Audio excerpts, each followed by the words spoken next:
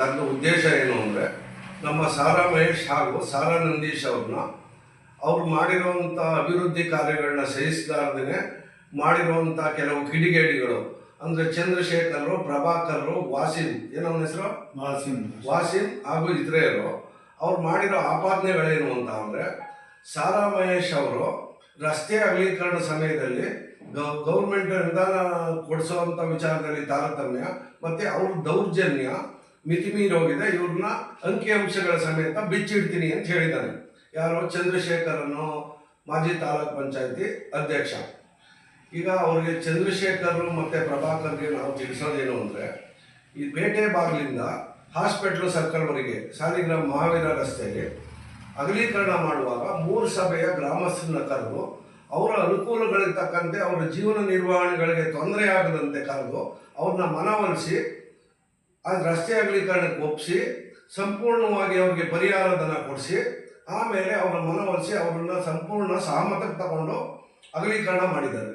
ಇವನು ಯಾರೋ ರವಿ ಅಂತನವನು ಚಂದ್ರಶೇಖರ್, ಅವನು ಹೇಳಿರೋದೇನು, ನನ್ನ ಮನೇನ 50 ಅಡಿ ಇದ್ದ ರಸ್ತೆನ 55 ಅಡಿ ಇವರೇ ನಿಂತು ತೋಡ್ಸವ್ರೆ ಅಂತ. ಇವನು ಅಭಿವೃದ್ಧಿ ಅಗಲೀಕರಣಕ್ಕೆ ವಿರೋಧ ವ್ಯಕ್ತಪಡಿಸಿದಾಗ ಸಾರ್ವಜನಿಕರೆಲ್ಲ ಹೋಗಿ ಅವ್ರ ಹತ್ರ ಹೋದವು. ಸಾರಾ ಮಹೇಶ್ ಅವ್ರ ಹತ್ರ ಹೋದಾಗ ಇವನು ಒಬ್ಬನಿಂದ ತೊಂದರೆ ಆಯ್ತಾಯಿದೆ, ದಯವಿಟ್ಟು ಬಂದು ಅವನಿಗೆ ತಿಳುವಳಿಕೆ ಹೇಳಿ ಅಂತ ಕರೆಸಿದವು. ಇವನು ಮನೆ ಓಡಿಸ್ಲಿ ಅಂತ ಕರೆಸಿಲ್ಲ. ನಮ್ಮ ಶಾಸಕರು ಮಿನಿಸ್ಟರ್ ಆಗಿದ್ದ ಸಂದರ್ಭದಲ್ಲಿ ಕೊಡಗೆಯಲ್ಲಿ ಜೀವನ ಕಟ್ಕೊಟ್ಟವ್ರೆ, ಮನೆ ಕಟ್ಕೊಟ್ಟವ್ರೆ. ಯಾವೊಂದು ಬೀದಿಲಿ ಹೋಗೋದು ಮನೆ ಓಡಿಸುವಂಥ ಅವಶ್ಯಕತೆ ಅವ್ರಿಗಿಲ್ಲ, ಆಯಿತಾ. ಅವರು ಸಾರ್ವಜನಿಕರಲ್ಲಿ ಜೀವನನ ಕಟ್ಕೊಟ್ಟವ್ರೆ. ಬಡವರಿಗೆ, ದೀನದಲಿತರಿಗೆ ಅವ್ರ ಕೈಲಾದ ಸಹಾಯ ಮಾಡಿಕೊಂಡು ಬರೀ ಕೈಲಿ ಅವ್ರ ಮನೆಗೆ ಹೋದವರು ಬಂದು ಇತಿಹಾಸನೇ ಇಲ್ಲ. ಇವನು ಯಾರೋ ಒಂದು ಸಣ್ಣ ಅಧಿಕಾರನ ತಳ್ಕೊಂಡು ಇವನ ಚಿಕ್ಕ ವಯಸ್ಸಿನಲ್ಲಿ, ಈಗ 15 ವರ್ಷದಿಂದ ಇವ್ರು ದೊಡ್ಡಪ್ಪನ ಮೇಲೆ ಹಲ್ಲೆ ಮಾಡ್ದ. ಇವನು ಈ ವಿಚಾರ ಯಾಕೆ ಪ್ರಸ್ತಾಪ ಮಾಡ್ತಾ ಇದ್ದೀನಿ ಅಂದರೆ, ಇವನು ರೌಡಿ ಶೀಟರ್ ಓಪನ್ ಮಾಡಿಸವನೆ ಅಂತ ನಮ್ಮವ್ರ ಮೇಲೆ, ನಮ್ಮ MLA ಮತ್ತು ಸಾರಾ ನಂದೀಶ್ ಮೇಲೆ ಹೇಳೋನಲ್ಲ, ಇವನೇ ಪಕ್ಕ ರೌಡಿ ಶೀಟರು. ಯಾವ ರೀತಿ ರೌಡಿ ಶೀಟರ್ ಅಂದರೆ, ಇವರ ದೊಡ್ಡಪ್ಪ ಮೂರ್ತಿ ಅಂತಿದ್ದಾರೆ, ಕಾಂಗ್ರೆಸ್ನವರೇ ಅವರ ಮೂಲ. ಇವರಪ್ಪ ನಮ್ಮ ಜೊತೆ ಇದ್ದವರು, ದಳದಲ್ಲಿದ್ದವರು. ಇವನು ಹೋಗಿ ಅವ್ರ ಮೇಲೆ ಹಲ್ಲೆ ಮಾಡ್ದ. ಅವ್ರು ಬಂದು ಸ್ಟೇಷನಲ್ಲಿ ಕೂತು FIR ಮಾಡೋಕ್ಕೆ ಕೂರಿಸಿದ್ರು. ಇವನ ಮೇಲೆ ಮಾರಣಾಂತಿಕ ಹಲ್ಲೆ ಮಾಡಿರೋದು ಕೂರಿಸಿದಾಗ ಇವರಪ್ಪ ಬಂದು ನನ್ನ ಕರ್ಕೊಂಡು ಹೋದ್ರು. ಯಾರು ಈಗ ಸತ್ತೋದವ್ರೆ, ಧರ್ಮ ಶೆಟ್ಟಿ ಅಂತ, ಚಂದು ಅವ್ರ ಅಪ್ಪ. ಅವ್ರು ಕರ್ಕೊಂಡು ಹೋಗಿ ನನ್ನ ಮಗನ ಜೀವನ ಹಾಳಾಯ್ತದೆ, ಚಿಕ್ಕ ವಯಸ್ಸು, ಅವಾಗ ಇನ್ನೂ ಅವ್ನಿಗೆ 20-22 ವರ್ಷ. ಅವಾಗ ನಾನು ಹೋಗಿ ಇನ್ನು ಮುಂದೆ ಬೆಳೆಯೋ ಹುಡುಗ ಏನೋ ದುಡ್ಡು ತಪ್ಪು ಮಾಡೋನೆ ಮೂರ್ತಿಯವ್ರೆ ಅಂತ ಅವನ್ನ ಕೈ ಕಾಲು ಹಿಡಿದು ಒಪ್ಸಿದೀವಿ. ಇವನ್ನ ರೌಡಿ ಶೀಟರ್ ಹಾಕ್ಬೇಡ, ನಿಮ್ಮ ಮನೆ ವಿಚಾರ ಅಂತ ಅಂದ್ಬಿಟ್ಟು ನಾವು ರೌಡಿ ಶೀಟರ್ ಹಾಕೋದನ್ನ ತಡೆ ಹಿಡಿದೀವಿ ಹೊರತು ಯಾವುದೇ ಕಾರಣಕ್ಕೂ ರೌಡಿ ಶೀಟರ್ ಹಾಕ್ಸೋ ಅಂತ ಅವಶ್ಯಕತೆ ನಮಗೂ ಇಲ್ಲ, ನಮ್ಮ MLA ಅವ್ರಿಗೂ ಅದು ಬರೆದಿಲ್ಲ. ಅವ್ರು ಮಾಡಿರೋ ಕೆಲಸಗಳ ಮೇಲೆ ಓಟ್ ಕೇಳಿದ್ದವ್ರೆ ಹೊರತು.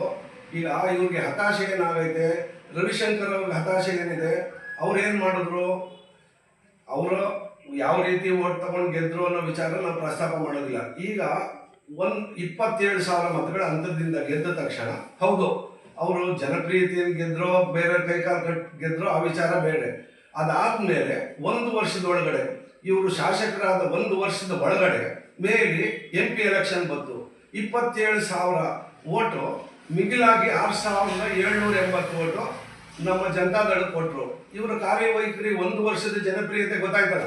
ನಮ್ಮ ಜನಪ್ರಿಯ ಶಾಸಕರು ರವಿಶಂಕರ್ ಅಂತ ಹೇಳ್ತಾವ್ರಲ್ಲ, ಇದನ್ನ ಅವ್ರು ಅರ್ಥ ಮಾಡ್ಕೋಬೇಕು. 1 ವರ್ಷದ ಅವಧಿ ಒಳಗಡೆ 6,800 ಓಟ್ ಯಾಕೆ ಬಂತು?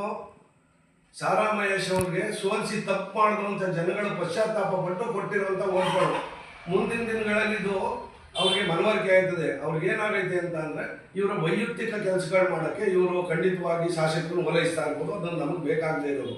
ಆದರೆ ಯಾವುದೇ ಕಾರಣಕ್ಕೂ ನಮ್ಮ ಶಾಸಕರನ್ನ ಸಾರಾ ನಂದೀಶ್ ಅವಧಿಯಲ್ಲಿ ಮಿರ್ಲೆ ಭಾಗದಲ್ಲಿ ನಡೆದಿರುವಂಥ ಕಾಮಗಾರಿಗಳಿವೆ. 2 ಬಾರಿ ಇಲ್ಲಿ ಸಾಲಿಗ್ರಾಮದಲ್ಲಿ ಗೆದ್ದಂಥವ್ರು ಯಾರು, ರವಿಶಂಕರ್. ಅವರು ಮಾಡಿರುವಂಥದ್ದನ್ನ ಚರ್ಚೆ ಮಾಡಿ ಸಾರಾ ನಂದೀಶ್ ಹತ್ರ ಕೂತ್ಕೊಂಡು ಚರ್ಚೆ ಮಾಡಬೇಕು. ನಿನ್ನ ಅವಧಿಲಿ ನೀನೇನು ಕೆಲಸ ಮಾಡಿದೀಯ, ನನ್ನ ಅವಧಿಲಿ ನಾನೇನು ಕೆಲಸ ಮಾಡಿದ್ದೀನಿ ಅಂತ ತೋರಿಸ್ಬೇಕು. ಅದು ಬಿಟ್ಬಿಟ್ಟು ಸದನದಲ್ಲಿ ಕೂತ್ಕೊಂಡು ಮಾತಾಡೋದು, ಯಾವ ಹುಡುಗರನ್ನ ಬಿಟ್ಟು ಮಾತಾಡಿಸೋವಂಥದ್ದು ಬಿಟ್ಟು ಅಭಿವೃದ್ಧಿ ಕೆಲಸಗಳು ಮಾಡಿ ಮುಂದೆ ಇನ್ನು 2 ವರ್ಷ ಐತೆ, 2 ವರ್ಷದಲ್ಲಾದ್ರೂ ನಾನು ಮಾಡಿರೋದು 4-6 ಕೆಲಸ ಐತೆ ಅಂತ ತೋರ್ಸಕ್ಕೆ ಹೇಳಿ ಮಾಡಿಸಿ. ಅದು ಬಿಟ್ಬಿಟ್ಟು ಯಾರನ್ನ 3 ಜನ ಬಿಟ್ಕೊಂಡು ಇಲ್ಲಿ ಪ್ರೆಸ್ ಮಾಡಿಸ್ಕೊಂಡು ನಿಮ್ಮ ಜನಪ್ರಿಯತೆ ಹೆಚ್ಚಕ್ಕೆ ಸಾಧ್ಯ ಇಲ್ಲ. ಈಗ ಒಬ್ಬ ರೌಡಿ ಶೀಟರ್ ಆಗೋನ್ನು ತಡೆ ಹಿಡಿದು ಜೀವನದಲ್ಲಿ ರೂಪ ಕೊಡೋ ಕೆಲಸ ಮಾಡಿದ್ದೀವಿ ನಾವು. ಅದು ನಾಳೆ ಬೇಕಾದ್ರೆ ಚರ್ಚೆ ಮಾಡಿದ್ರೆ ಬಹಿರಂಗವಾಗಿ ಚರ್ಚೆ ಮಾಡ್ತೀನಿ. ಅವ್ನು ದೊಡ್ಡಪ್ಪನೂ ಕೂರಿಸ್ತೀನಿ, ಅವನು ಕರೆಸ್ತೀನಿ. ಬಹಿರಂಗವಾಗಿ ಬರೋದಾಗ ನಮ್ದೇನು ಸಮಸ್ಯೆ ಇಲ್ಲ, ಬರಲಿ. ಮತ್ತು ಇನ್ನೊಂದು ಹೇಳೋದು ಒಂದು ಏನು ಅಂದರೆ, ಯಾವುದೇ ಕಾರಣಕ್ಕೂ ಇನ್ನು ಮುಂದಿನ ದಿನಗಳಲ್ಲಿ ಇದು ಎಚ್ಚರಿಕೆ ಅಂತಲಾದ್ರೂ ತಿಳ್ಕೊಳ್ಳಿ ಅಥವಾ ನಮ್ಮ ಸಲಹೆ ಅಂತಲಾದ್ರೂ ತಿಳ್ಕೊಳ್ಳಿ, ಗೌರವವಾಗಿ ಪದಗಳ ಬಳಕೆ ಮಾಡಿಕೊಂಡು ಗೌರವವಾಗಿ ನಡ್ಕೊಂಡು ಹೋಗದೇ ಇದ್ದರೆ ಬೇರೆ ರೀತಿ ತೀರ್ಮಾನಗಳನ್ನ ನಾವು ತಗೋಬೇಕಾಗ್ತದೆ.